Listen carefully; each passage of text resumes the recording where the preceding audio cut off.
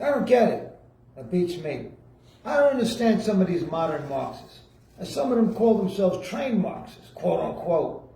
And just the fact that they claim to be anti-fascist but act like fascists says to me that no one taught them the Godfather moment of the Russian Revolution after the Bolsheviks secured power in 1921.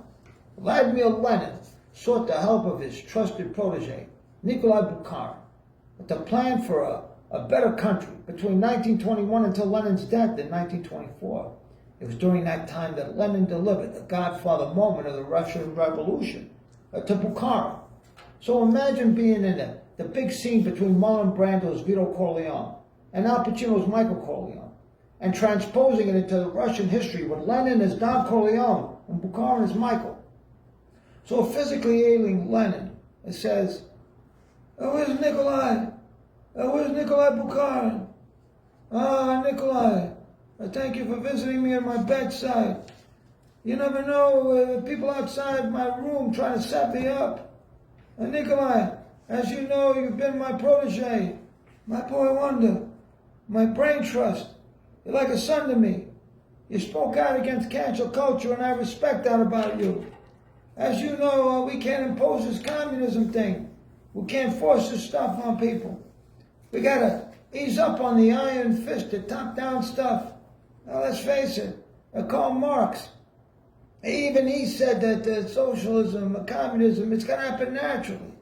It needs to emerge organically from capitalism. The top-down stuff, it needs to come from the proletariat, and not some big-shot Petsanovanta type. And Bukharin said, yeah, like capitalism emerges organically from feudalism, right, Pop? And Lenin said, that's right. We can't rush the revolution.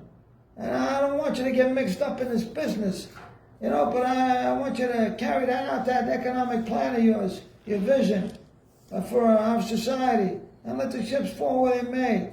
I hope for the best. But there might be people out there who are going to want to kill you. You're going to have to look out for yourself. Now, I know you wouldn't hurt a fly, and you couldn't hurt a fly, and you shouldn't hurt a fly. But it isn't like, it's not going to be like when we overthrew the Tsar. This time people are going to be, shooting from up close, like bada bing. That's why your enemies are my enemies. There are people who will compete against you. Now you may be thinking I'm talking about Leon Trotsky, but I wouldn't worry about him, because nobody likes Leon Trotsky. But Bukharin says, don't worry, Pop, we'll get there. But the men who suggest the show trials, that's the men who betray you. And it's the men who, unlike you, disrespected me and disrespected my loving wife, who was tending to my ailments in my house. And in that vein, I want you to respect Joseph Stalin, but I do not want you to trust Joseph Stalin. Because he'll make you an offer you can't refuse, a permanent offer you can't refuse, unquote. Yeah, I know that part sounds a little like Michael and Pantangeli talking to each other in Godfather 2, but what are you going to do? Anyway, that was the Godfather moment of the Russian Revolution, and Stalin betrayed Lenin and Bukharin. And did these modern Marxists learn anything? No. Instead, what do?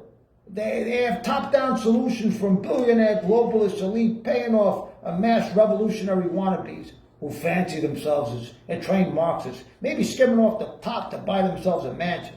And in that kangaroo court, it's ironic that Bukharin, Joan of Arc, Socrates, and Jesus, in their kangaroo courts, they got to get more of a word in edgewise than with this cancel culture, virtue signaling, thought police stuff of today.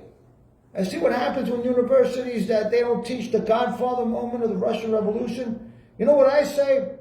I say that you require that on the curriculum. Otherwise, if you want to cancel culture something, I say cancel the funding.